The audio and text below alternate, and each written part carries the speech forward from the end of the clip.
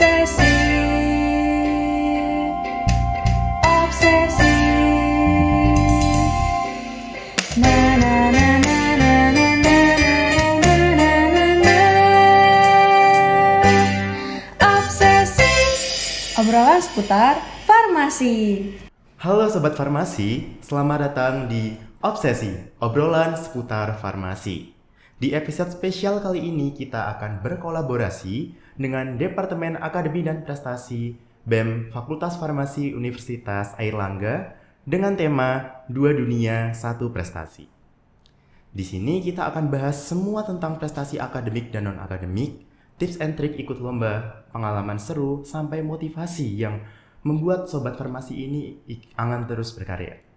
Baik, sebelumnya perkenalkan, aku Raihan Faras Putra dari kelas A angkatan 2024 sebagai salah satu staf dari Departemen Akademi dan Prestasi BEM Fakultas Farmasi Universitas Airlangga. Dan tentu aja kali ini aku nggak sendiri. Dan kali ini kita sudah ditemani oleh dua sobat farmasi juga yang sangat menginspirasi dan akan memberikan motivasi untuk kita semua. Mungkin sebelumnya boleh perkenalan dulu kakak, boleh dimulai dari Kak Beatrix, disebutkan nama, kelas, angkatan, dan bidang yang digeluti saat ini. Oke, halo semua, kenalin nama aku Beatrix, aku dari kelas C angkatan 2023 dan bidang yang sedang aku geluti saat ini itu piano. Baik, selanjutnya boleh dilanjutkan oleh Kak Miftah. Halo semuanya, perkenalkan namaku Miftah dan aku dari kelas B angkatan 2023. Nah, untuk bidang yang aku geluti sekarang adalah tentang kepenulisan, terutama di bidang esai dan juga karya tulis ilmiah. Baik, jadi teman-teman di sini sudah ada kakak-kakak yang menggeluti di bidang akademik seperti Kak Miftah di bidang kepenulisan dan juga Kak Beatrix di bidang seni musik yaitu piano. Nah, mungkin kita mulai dulu nih dari Kak Miftah. Mungkin aku penasaran ya Kak, boleh ceritain gimana sih Kak pengalaman ikut lomba akademik dan bahkan sekarang dinobatkan sebagai Mawapres?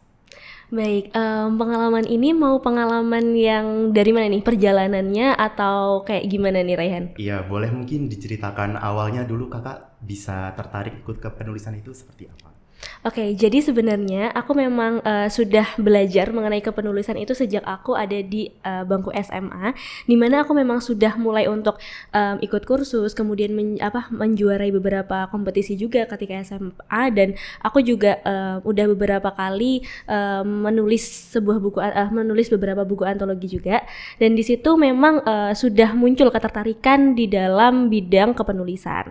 Nah, kemudian salah satu tujuan aku mungkin masuk UNER terutama farmasi adalah karena memang aku sangat tertarik dengan penelitiannya, ya bisa dibilang kayak UNER itu prestasinya banyak banget terutama di bidang esai, kemudian PKM bahkan itu banyak nih. Nah, karena itulah aku pengen mengembangkan kepenulisan aku di UNER terutama di farmasi ini. Nah, kemudian ketika aku masuk di farmasi, di semester 1 aku juga udah mulai nih untuk mengikuti beberapa kompetisi. Tapi ternyata ya di semester 1 tentu masih banyak trial and error ya. Jadi masih sering menjumpai kekalahan dan dari situ juga udah bisa belajar lebih banyak dan dipertemukan juga sama kating-kating yang super keren ya, yang mau nge-mentorin, dan akhirnya kemudian aku di semester 4, semester 5 ini alhamdulillah udah bisa menjuarai beberapa kompetisi terutama di bidang esai. Nah, semua itu tidak lepas dari dukungan teman-teman juga, dukungan kakak-kakakku, kemudian juga pertolongan dari Tuhan Yang Maha Esa juga ya. Jadi kita bisa belajar dari berbagai pengalaman yang udah kita lewatin gitu. Dan untuk jadi Mawapres sebenarnya ya pengalamannya sih yang penting ikut aja dulu ya. Ikut aja dulu, kemudian ketika udah ngelewatin ngelewatin seleksinya, insya Allah kan tahu sendiri kayak oh jadi gini ya caranya, dan nanti akan bisa ngatur strategi secara sendirinya. Kurang lebih seperti itu, Raihan. Baik, berarti kakak ini sudah menggeluti itu semenjak SMA ya Kak? Iya, betul. Dan di perkuliahan itu menjadi semakin lebih bertambah karena juga didukung oleh fasilitas dan juga penelitian-penelitian yang cukup keren. Dan terutama dosen-dosennya juga sangat responsif juga ya kalau misalkan kita tanya-tanya sesuatu. Jadi itu memang poin plus tersendiri yang sangat aku syukuri di Farmasi UNER ini. Nah, jadi teman-teman bisa dicontoh dari Kak Miftah ya bahwa kita di Fakultas Farmasi UNER ini menyediakan fasilitas dan juga dosen-dosennya sangat suportif sehingga teman-teman tidak perlu takut untuk berkarya. Nah, baik, selanjutnya mungkin kita akan geser sedikit nih Kak ke bidang seni musik ya untuk Kak Beatrix. Mungkin boleh diceritakan Kakak awalnya dulu bisa berminat ke seni musik itu bagaimana, dan bahkan sekarang Kakak juga mendapatkan gelar sebagai Mawapres. Boleh diceritakan Kak? Oke, dulu awalnya aku ikut em, kursus ya, dileskan oleh orang tua ya. Jadi dari kecil udah dibawa untuk ikut kursus piano sejak kelas 1 SD. Jadi mulai dari itu ya aku nemuin kalau misalkan aku memang suka musik, suka piano terutama, dan itu aku geluti ya, aku lanjutkan terus, aku belajar piano sampai aku SMP waktu itu, sampai COVID waktu itu. COVID aku sempat berhenti sejenak lesnya. Nah, setelah COVID itu setelah SMA ya, lulus SMA ya, pas barengan dengan lulus SMA, pada waktu itu ada libur yang panjang ya, jadi aku mulai berpikir nih ke depannya kira-kira waktu kuliah, waktu kosongku ini akan mau aku gunakan untuk apa, dan skill apa yang aku mau dapatkan selama aku berkuliah. Jadi aku nggak mau selama berkuliah tuh kosong plong, nggak dapat apa-apa, tapi mau dapat sesuatu. Akhirnya aku memutuskan untuk melanjutkan lagi kursusku, tapi kali ini dengan tekad baru ya. Jadi aku berniat untuk belajar lebih lagi di waktu-waktu luangku itu. Nah, akhirnya masuk kuliah didorong oleh guruku untuk ikut lomba yang sudah lama aku nggak pernah ikut lomba, yang dulu mungkin gagal.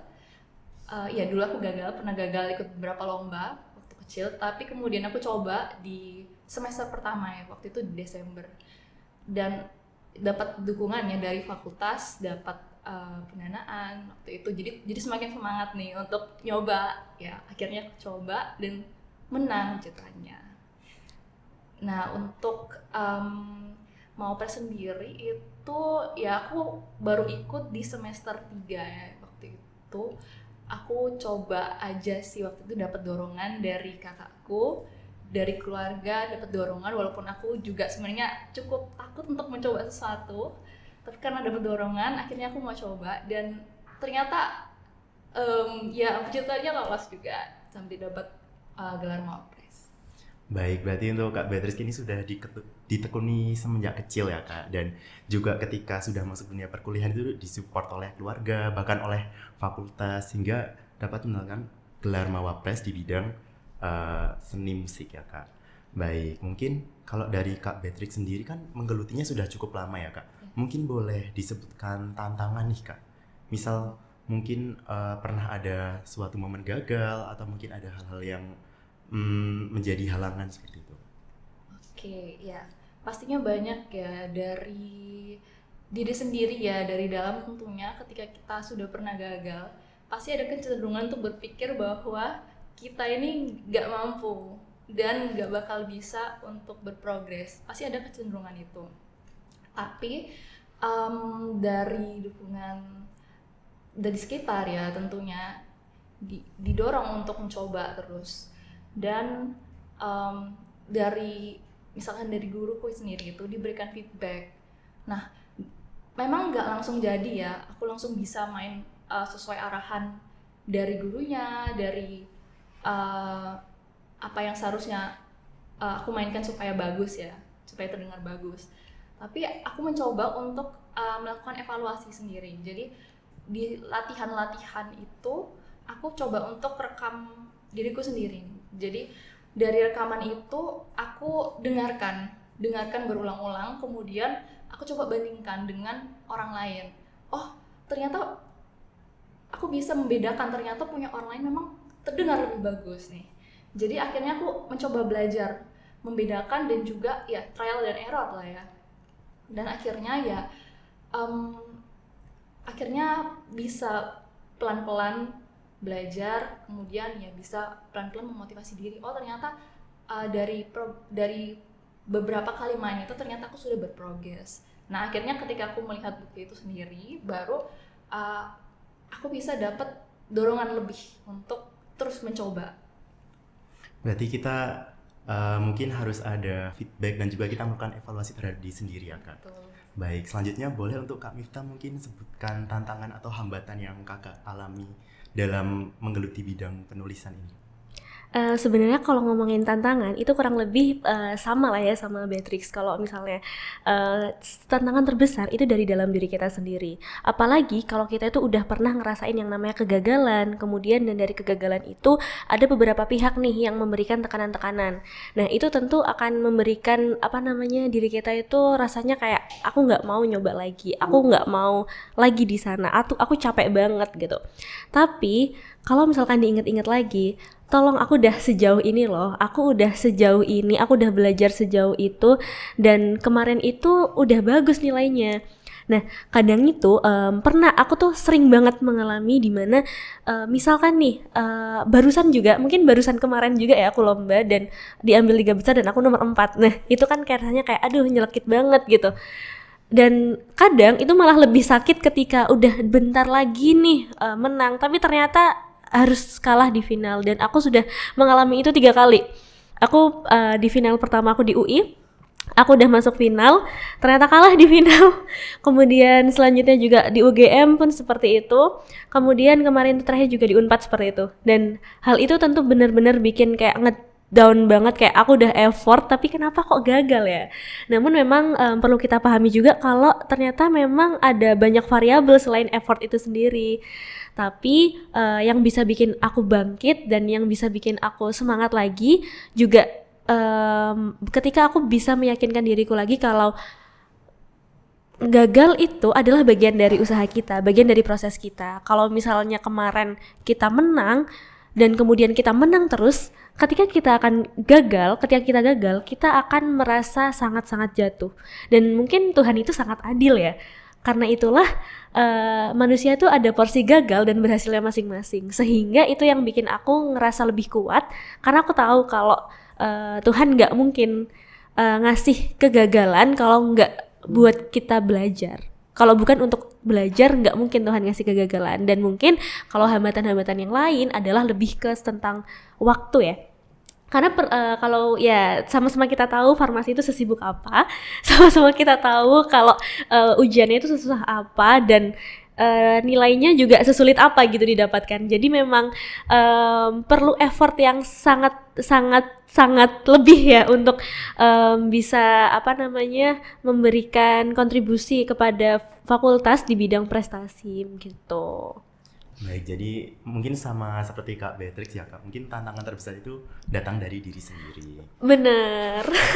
Tapi dari kakak tadi aku dengar bahwa Tuhan itu memberi jatah yang sesuai porsinya gitu ya Kak, ada jatah berhasil, ada jatah gagal, dan kita bisa belajar banyak dari hal-hal tersebut. Betul. Baik, mungkin aku tanya ke Kak Miftah ya, mungkin kan teman-teman farmasi ini banyak nih yang pengen ikut lomba di bidang esai, mungkin karya tulis atau PKM, mungkin boleh kasih saran tips and triknya nih Kak, mungkin mereka baru awal belum tahu nih, mungkin bisa dikasih tahu untuk hal awal yang perlu dilakukan itu apa aja Kak? Kalau aku sendiri ketika aku ditanya seperti itu, aku akan langsung bilang kepada mereka coba dulu. Jadi kalau aku sendiri ya, seumpama aku mengikuti berbagai kursus, kemudian aku tidak mencoba, aku tidak akan tahu juga progresku sejauh apa. Tapi ketika aku ikut kursus misalkan, atau aku ikut pelatihan, di Akpres juga ada kan pelatihannya itu kan. Nah, ikut pelatihan, nah kemudian tidak mencoba, ya nggak akan pernah tahu juga kita udah bisa apa belum gitu. Dan kalau aku flashback balik juga ya ke belakang, sebenarnya yang membuat aku paling belajar sejauh ini itu adalah ketika aku udah ikut lalu aku gagal. Karena aku orangnya gini, semisal aku ikut lomba kemudian keluar hasilnya ada transparansi nilai, aku akan lihat aku kurangnya di mana, nilainya yang paling jelek di mana. Kan kalau esai itu biasanya ada originalitas, kreativitas, kemudian kepenulisan, kemudian data-data. Nah, itu biasanya ada kolomnya tersendiri. Jadi kayak berarti aku kurangnya ini di sini, kurangnya di sini. Pernah juga ketika itu presentasi pertama aku gagal, tapi kemudian aku tahu ternyata juri itu lebih suka jawaban yang seperti ini. Ternyata teman-teman aku yang menang itu cara menjawabnya seperti ini. Jadi kalau misalkan nggak tahu feel panggungnya gimana, nggak tahu feel gimana cara nulisnya dari awal, gimana prosesnya, kita nggak akan tahu. Jadi menurut aku yang pertama kali harus dicoba ketika teman-teman mau mencapai prestasi adalah dicoba dulu. Nggak masalah gagal, itu nggak akan sia-sia. Tapi yang penting adalah setiap kali gagal itu harus dievaluasi. Dan mungkin yang kedua juga adalah jangan malu untuk meminta saran kepada orang yang memang teman-teman anggap lebih bisa gitu ya. Ikut pelatihan, kemudian praktek, kemudian di tengah perjalanannya kemudian menemui kesulitan. Nggak ada salahnya loh untuk teman-teman untuk nanya kepada kakak-kakak cutting-cuttingnya yang lebih expert, yang lebih bisa. Dan kemudian nggak salah juga untuk mencari mentoring di Instagram tuh sekarang banyak banget. Nah itu nggak salah, sehingga kalau teman-teman mau belajar dan benar-benar pengen dapat prestasi, caranya adalah ya belajar, kemudian action, kemudian evaluasi dari actionnya. Dan kalau teman-teman butuh saran atau nggak tahu sesuatu, tanya sama yang lebih paham, tanya sama yang lebih expert.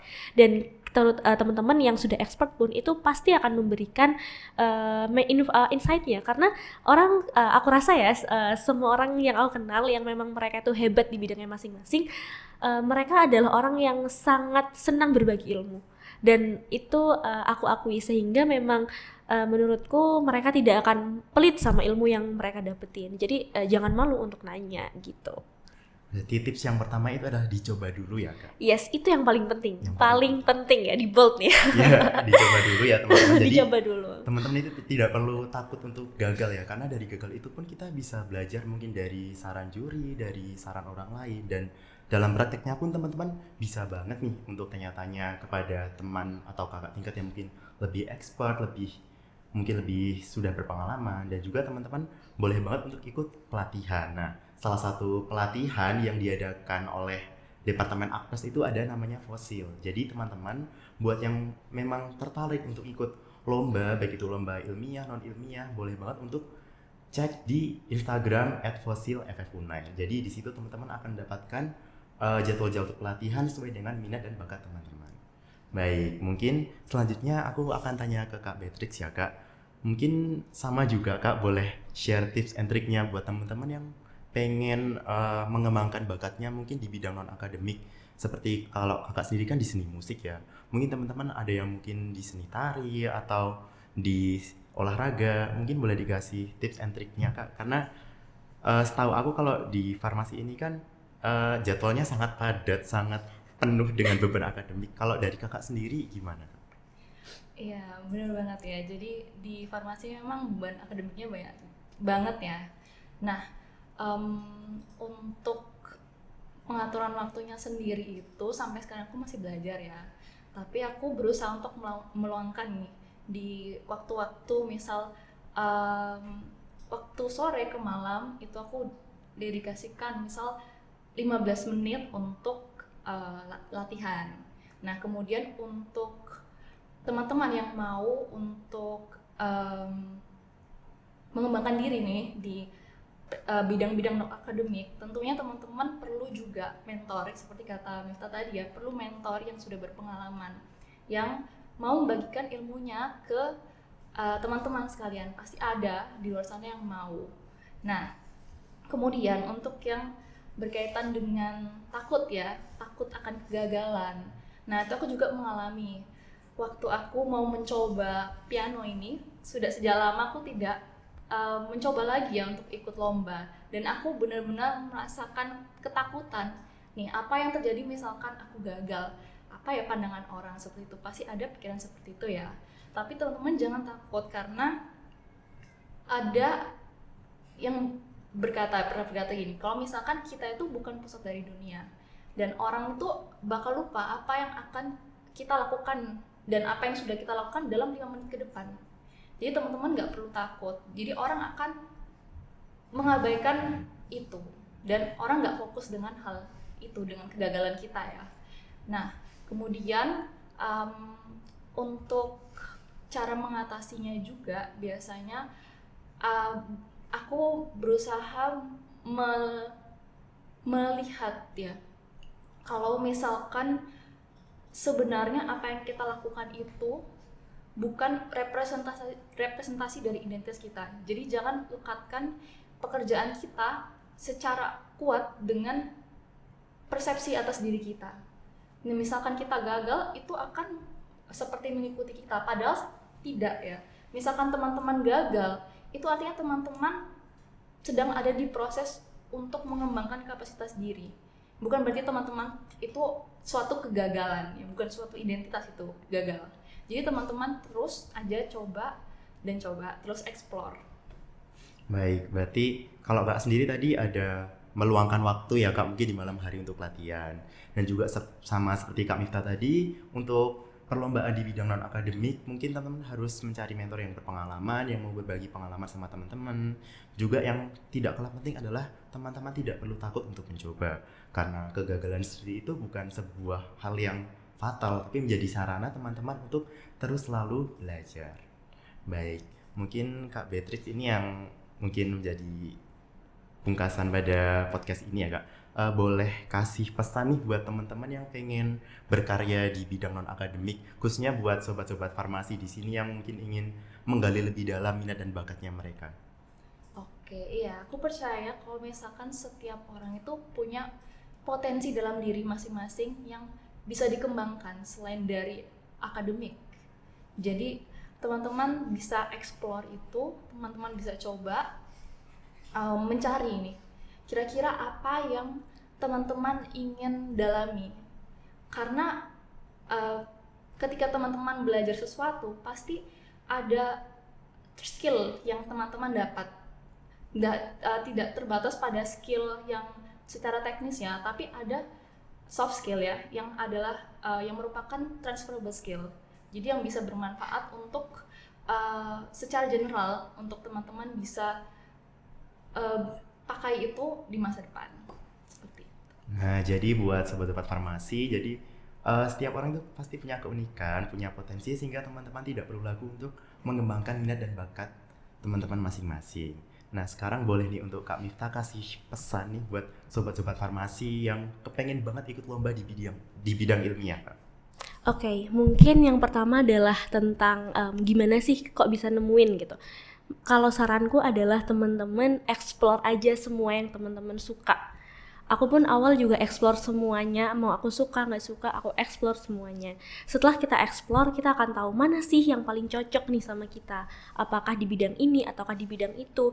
Dan kemudian setelah explore, kemudian dalami sedalam yang teman-teman bisa. Jangan stuck, jangan merasa cukup. Aku udah di sini, ya udah aku cukup sini aja, nggak mau belajar lagi. Jangan sampai kayak gitu. Karena memang kepenulisan itu sangat luas dan bidang-bidang lain juga sangat luas. Ketika teman-teman udah berhasil di titik A, belum tentu teman-teman akan berhasil lagi di titik B. Jadi teman-teman harus belajar lagi, meningkatkan kapasitas diri untuk bisa berhasil lagi di titik yang selanjutnya gitu. Kemudian teman-teman juga perlu banget untuk terus mengingat bahwa kita itu diciptakan sebagai makhluk yang spesial. Kita adalah kita semua unik gitu. Kita semua pasti punya potensi dan setiap orang berhak untuk mengembangkan potensinya. Jadi teman-teman jangan takut, teman-teman jangan ngerasa nggak bisa. Kita semua bisa, kita semua pasti bisa. Jadi teman-teman harus semangat, harus mau belajar dan harus mau untuk terus berkembang di bidang yang teman-teman sukai. Dan yang paling penting adalah benar-benar jangan pernah ngerasa takut untuk gagal. Gagal itu bukan hal yang memalukan. Justru itu adalah hal yang keren karena teman-teman masih mau untuk terus mencoba, seperti itu. Baik, kalau dari Kak Miftah sendiri ini pesannya adalah teman-teman harus mengeksplor semua hal terlebih dahulu. Kemudian teman-teman bisa mencari nih bidang yang mungkin sesuai dengan passion teman-teman masing-masing. Kemudian teman-teman harus mendalami dan jangan merasa cukup terhadap suatu bidang atau suatu ilmu. Teman-teman boleh eksplor lagi dan yang paling utama adalah jangan takut untuk mencoba sesuatu. Nah, baik. Mungkin sudah tidak terasa ya Kak, kita sudah di penghujung episode hari ini.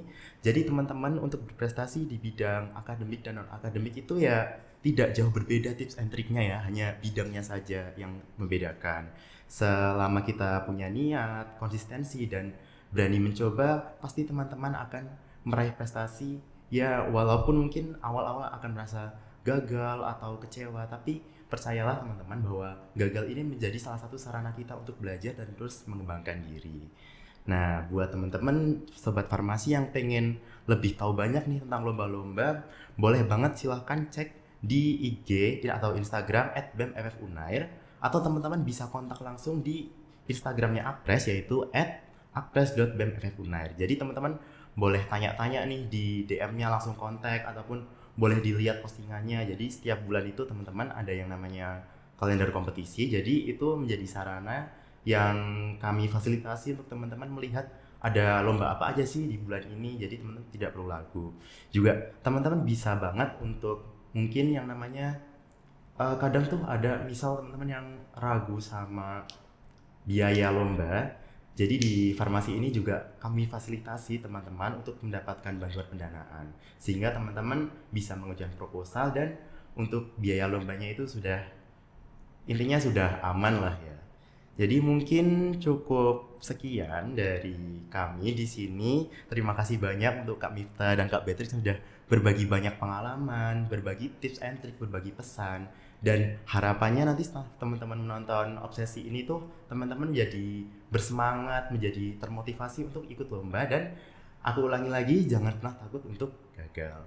Oke, mungkin jangan lupa teman-teman untuk dengerin podcast Obsesi yang lainnya. Sampai jumpa di episode berikutnya. Stay obsessed with your passion dari tema 2 dunia 1 prestasi.